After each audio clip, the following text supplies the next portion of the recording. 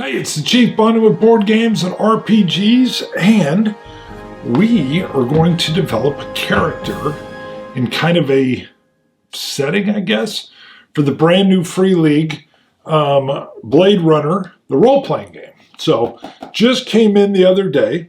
Now, what I am going to do is I've already done a little riffle through the Solo Game Master's Guide from Geek Gamer.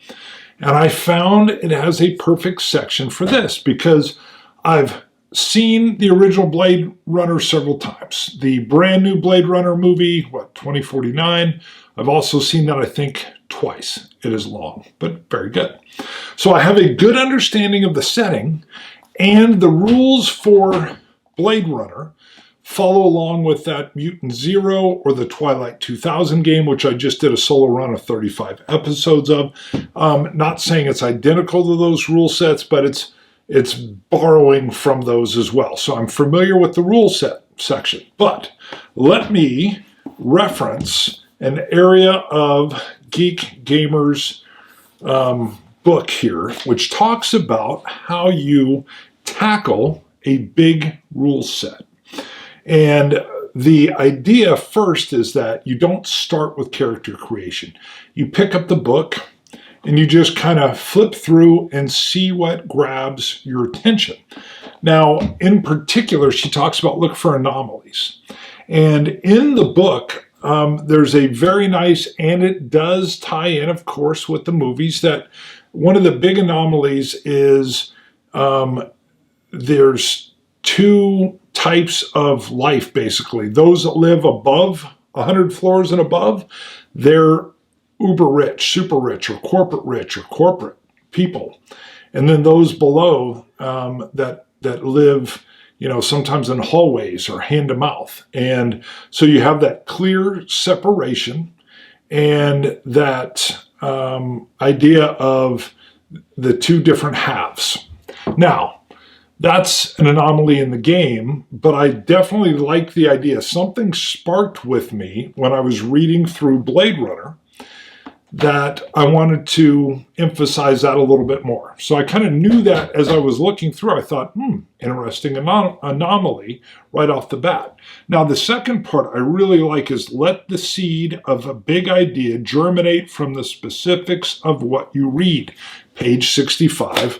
From the Solo Game Master's Guide. So the idea that came through here as I was reading this was not only, let me get to that area, not only was there this separation of the two different populations, which there's a great little line here. It's daunting to think that a Blade Runner is expected to stand amidst the cultural cluster bleep and make sense of it all, and yet work it long enough, the city starts to speak to you. When it's sick and out of balance, when threats cast a shadow, every cop knows you take care of LA long enough and LA will take care of you. So a very interesting concept was that I was going to be the seasoned investigator. So Geek Gamer talks about you create the location and the setting, and then the character kind of comes to you. And as I read that, I thought, man, the character I want to play here, or that I feel is calling to me, is the seasoned veteran that's been around as a Blade Runner for quite some time. And this idea that he's been there, done that, and that the city is part of him, and he's part of the city. And then I come over to a couple other pages that talks about law and order in the corporateocracy. And I was like, And the line here is that, truth be told, the justice system is a barely functioning patchwork like all the rest. The rich pay for their own security, follow their own rules, and answer to their own authorities. And that gave me the idea. Then I knew, okay, my character, the seasoned investigator who's been around for a while, in a true detective noir sense, I felt was going to be kind of like a benefactor. There was going to be this wealthy corporate leader type, and I don't know who that is. We will figure that out as we dive deeper, but that they were going to offer that my character, for many of their own unstated needs, but some of it was security and protection, would live in the floor right below the benefactor, who I don't know who that is. And that obviously living one floor below this major benefactor imparts a level of luxury to this seasoned investigator, who I feel appreciates it, but at the same time it causes all kinds of friction with the LAPD and with the UN that employs him. However, he has a powerful friend as well, and all the motivations are suspect. So that was the idea that came to me from Geek Gamer's suggestion of how to look through a bigger rule set, and I was like, this is perfect. Now, as I was thinking about this old, wizened, seasoned investigator, I had been reading books from Colonel Hackworth. He was a colonel in the Army, joined the Merchant Marine when he was 14 so he could be in World War II, and then was in Korea and Vietnam, and then he was reporting for Newsweek for Desert Storm and the Bosnia things, and I'd been reading a lot of books when I ran across him. This one covers all his reporting. About Face was a book that he wrote that's his whole career, but it also details how he gets sideways with the Army. He's this warrior leader, and this corporate, I think he even called it the corporatization of the generals. And I thought, ooh, I like it just called to me. And he calls truth even when it's unpopular and even when it destroys his career. And then Steal My Soldiers' Hearts, which is also covered in a few chapters in here, was a standalone book where it details how he took a unit that was it was kind of a ragtag unit, all draftees, and turned them into what he called the Praetorian Guard, a bunch of warrior experts. And I thought, that's my character, at least in mindset, obviously in the Blade Runner world. And so I've nicknamed him Hack, but I haven't done anything else on here, but now we know our setting. We know the benefactors there. Where he's living is already covered, and it's in a little bit of opulence, but that he's had a career that has spanned years, and he's a seasoned professional that's also jaded and highly experienced and on the outs with the inside of the LAPD and probably the UN, but still bringing all kinds of skills, and that got me excited. And that's exactly what it was supposed to do. Thank you, Geek Gamer. So now I may turn, there is some bunch of different tables in the compilation 3 of the Mythic magazine, Tanya Pigeon. I may turn to those to help me flesh out some character development, but the game itself does come with some character development as well.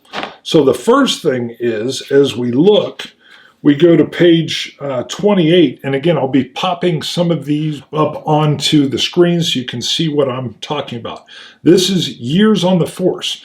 Now, looking at page 24, you can see there's a list of 15 items, most of which is either choose or die roll. Well, several of these I'm just going to choose because the setting that I'm in now has already kind of made these choices for me.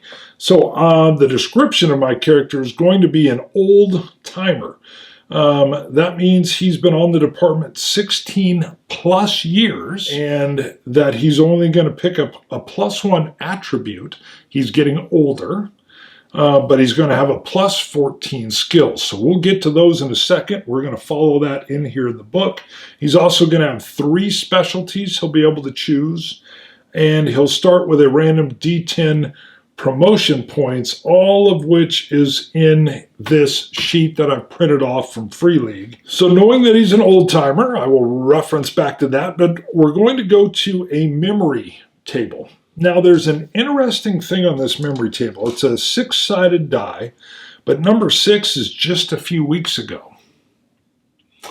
That one seems odd to me if it happens. The rest, some of them go back to like when he was little, but let's just see what happens. And we do have a key memory, which I will be referencing on the sheet. 2, during childhood, you remember it like it was yesterday. Okay, so I'm right now just going to write number 2, and then during childhood. Then we go to memory table 2. And I probably should be making these on my paper because I think there's some more succinct writing I'll be doing here. So we have number 2. Next, we are going to be rolling on memory table number 2. This is a 12-sided die. All right, there we go. And let's see what we get here. 2. A lot of 2s. In a lavish penthouse suite overlooking the Fashion District. Okay. Memory 3 is an 11, a hunted replicant. All right. And 4 is you took part in a battle or a massacre. All right. And then 5 is a 6, and we have blessed. All right, so the only thing that throws me here is table 1. During childhood, period, you remember it like it was yesterday. I am going to tweak. I'm bending the rules and going to say like rookie. Like this is when he was a rookie. So the childhood of maybe becoming a Blade Runner. So we'll even go further. Rookie, maybe first case. So his very first case as a rookie is something that he can remember like it was yesterday. And that this, he was taking down a replicant that was hunted, and the location was a lavish penthouse in the Fashion District. So I can imagine like they're following up on this or going to take a replicant into custody, and there's a massive battle in this. I picture like fashion clothes everywhere, just the chaoticness of that scene with even like mannequins that would have clothes on them, and just the obscureness of a fight that would be in this penthouse suite with like, just imagine just like fashion and mannequins and clothing everywhere. He took part, and then the statement that he was blessed. So whatever happened there, he basically feels like he was lucky to survive. It was a blessing that he survived. And we may flesh this story out a little bit later and see what we can add into that. That's pretty good. I can see it. So we have our key memory is of him basically just barely surviving. All right, we're going to set up a key relationship, and it sets up very similar to the memory. There's several tables. We've got a 12-sided die. We've got a 4, which is spouse. We'll slide over, and we've got a 12. Wow, only in your head. And 3, a 10. They are suspected of a crime. I'll make sure we don't have one on the flip side. No. So, and it says here you can go on the abstract as well, but a spouse, only in your head, they are suspected of a crime. So for me, this is the spouse. We'll stick with that. He was married, or is married. I think was married. Yeah, we're going to do was married. I feel that's the right way to go. Only in your head. I think this is going to relate to they're suspected of a crime. So not that the spouse was only in his head. I think whatever happened with this key relationship, it broke down because he suspected his spouse of a crime. Now, one other thing that Geek Gamer talks about in the book, one of her tenets is that everything is play. So even setting this up and seeing kind of what resolves. I don't know what these results are going to be, and it's definitely part of the play experience designed for the game. We've got appearance, and for appearance, I will go to this Mythic book here, but before we jump to there, I have an area. Well, it's Blade Runner name we have at home. So I think we've got that. Let me see what's on the other page here. All right, promotion to humanity, that's fine. Let's pop over to appearance. So we've got, I think, yes, character identity, the physical descriptors. Now, grabbing some from Colonel Hackworth, I've got some ideas already of the character. That he's that warrior character, so I don't think I need to go general. Because if I was to go on the general, what I've picked up from this already is that he's a warrior type, tells the truth even when it hurts him. Hack was very personable. I'm going to put warrior leader because that is what he was here. He is also willing to break the rules, but not laws. And the emphasis on that is many rules in a bureaucracy are formulaic and stupid to him. And if he can achieve the right thing, moral thing, by breaking the rules, he will do it. And I will leave the rest of that to some of my knowledge of the real man. But I do want some physical descriptors because he is not going to look like Colonel Hackworth. So this chart is the character descriptions physical in the compilation magazine book 3. And it's a 100 list chart. And we can roll on it multiple times if need be. 46. So 46 we have interesting, okay? So his looks are interesting. I'm not sure that's good. Kind of like this shirt. This shirt is interesting that I'm wearing. Let's try one more and see. 85. Smelly. He's not smelly. What the heck is that? All right, so we can go abstract. What would Smelly be? I don't believe he has a BO issue. That would suck. I'm wondering, smoking is so passé now, but obviously they did it in the Blade Runner movie. So I'm going to go with that he smokes a cigar. That is smelly. So, cigar smoker, smelly. I was like, what? All right, I like that though. So he's smoking a cigar or chewing on a cigar at times. He's interesting. I think I'm going to go with one more. The smelly one caught me and I have to do another roll on this chart. Smelly, goodness, 66. 66 official. Huh, okay. Official.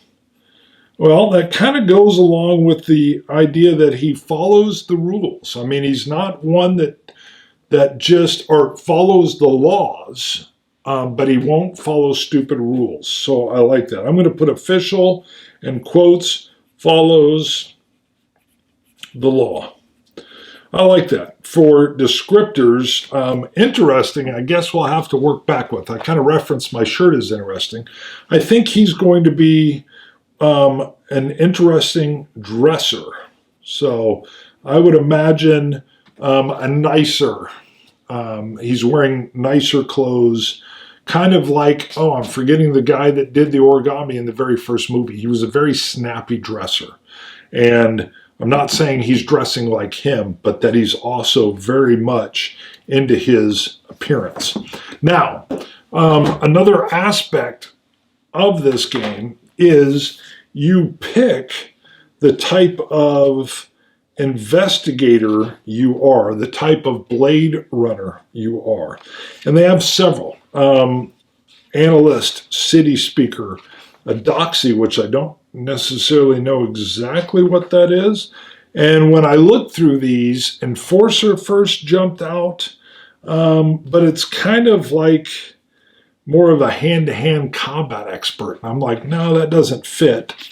Not the Fixer, but the Inspector. And what the crucial part is, even now, you're seeing the picture, he's smoking. All right, that looks like maybe a cigarette, but it could be a cigar. This jacket I like. So this is going to definitely be, he's going to be an inspector. And what's funny is I was already leaning toward the inspector.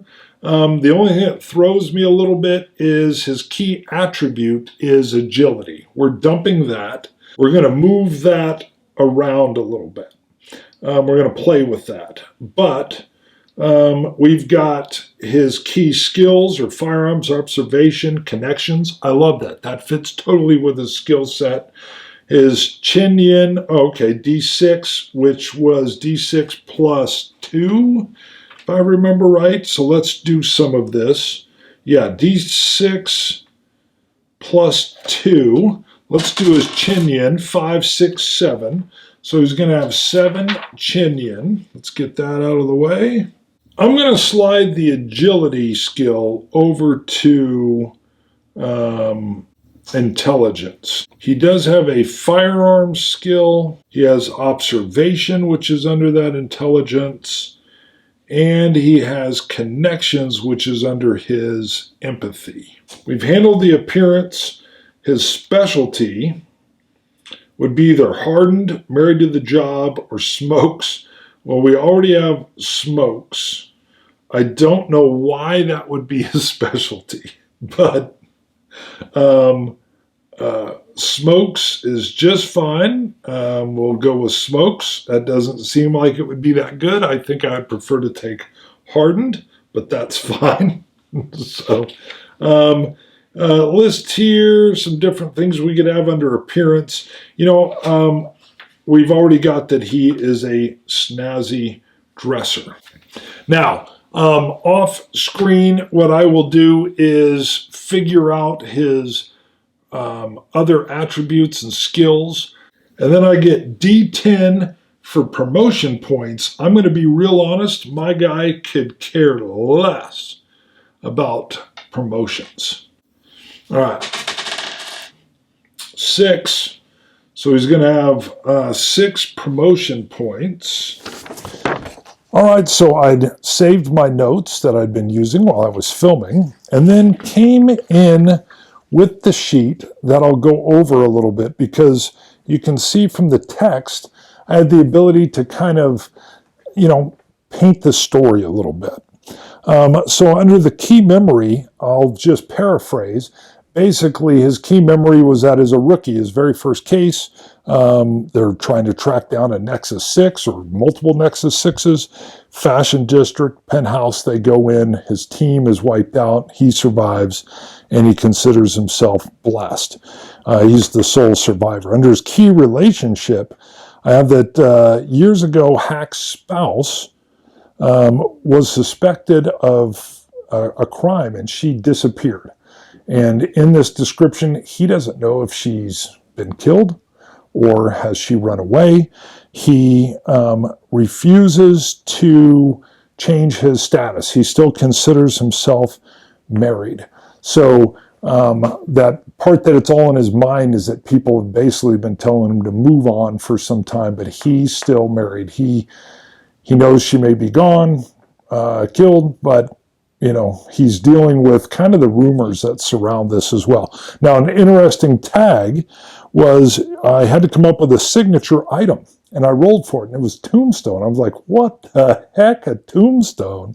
But then I thought that works in, and I figured what happened was when his wife went missing, there was a point where it was determined by family or whoever, I don't even know her background, that she was deceased. And Hack refused to go along with it, but there was a tombstone that was made with her name and birth date, date of death, and he refused to let this sham of a funeral go on, but he carries this with him. It's always in his apartment, or now it's been moved to, I picture him moving into this corporate, one step below penthouse and bringing this tombstone in. It's not some huge granite affair, but it's one of these smaller ones that you'll see in some cemeteries. So that is his signature item. Odd, I know. I'm going to come back to the skills in a second. He's got the standard, his specialties. I did stick with smokes. It actually allows him to recover some of his resolve, which is kind of like your mental health. So he can recover that if he smokes. Hardened lets him do, basically he was at a 5 for his mental toughness. It brought him up to 6, and he was very weak. He was 4 on strength, or his health. So I picked tough, which brought him up to 5. He's got his normal gear setup, which is a badge, his blaster, the same one from the original movie. He also has like some kind of communicator, and I forget what it's called, a K something, and one other item I can't remember off the top of my head. And for appearance, went with, he wears vintage Hawaiian shirts. So if anybody's watched the show, you see that Greg from Hamtag has his Hawaiian shirts, kind of stole from there. He also has his long brown trench coat, and always smoking a cigar with perfectly pressed pants. I couldn't fit pressed. Now, I'm going to go real quick through the stats. So abilities and skills. You start off in a C in every one of these, and then I was supposed to have a +1 in agility, but since he was so old, I morphed that over to intelligence, which would have made that a B. But you're allowed to bring another one down. So I brought strength down, considering his age is getting to him, made it a D, and brought his intelligence all the way up to A. That means anything with an intelligence type roll, also these things underneath here, I will roll a 12-sided die. So the medical aid, the observation, and the tech, anything with those, I'll roll the intelligence die, 12. And then you can see I just had 14 skills. Something that's different in this game is that every one of these skills starts as a D. And then because of my time on the department, 16 plus years, I used 20 years total on the department. I was able to take 14 pluses and bump these all up. But you can see I am not good in the strength department at all. It's D, close combat D, force D, stamina D. I don't want to get into any of that kind of conflict. Agility, not so good, C, but I am a good shot. I made sure at A I still shoot well. But mobility D, stealth D, intelligence we covered, empathy C, but connections B, meaning I roll a 10-sided die, insight B, same, and manipulation D. Well, for whatever reason, I don't think he's much of a manipulator anyway, nor is he going to manipulate anybody with any kind of threat of force. So that is the general setup. Let me pop back in and wrap up. See where I was able to go within Blade Runner. I haven't read all this. I perused through it. I just flipped through it to find things that interested me, that jump-started me via Geek Gamer's solo guide, that jump-started me into the game, and I already feel like I'm falling into it now. I have all the information from the movies that I can lean on, so I get all those concepts. As far as my guy getting his name Hack and some of his personality from Colonel Hackworth, I feel like I've internalized that. There won't be anything else with the real life Colonel. It'll be what we've developed here.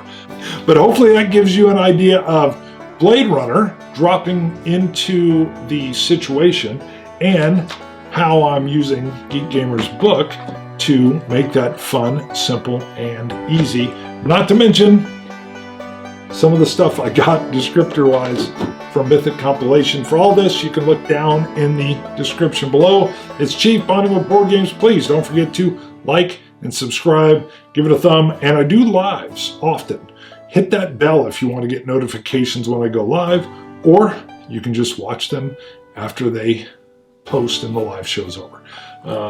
Blade Runner, Free League, very nice. See you guys later. Bye.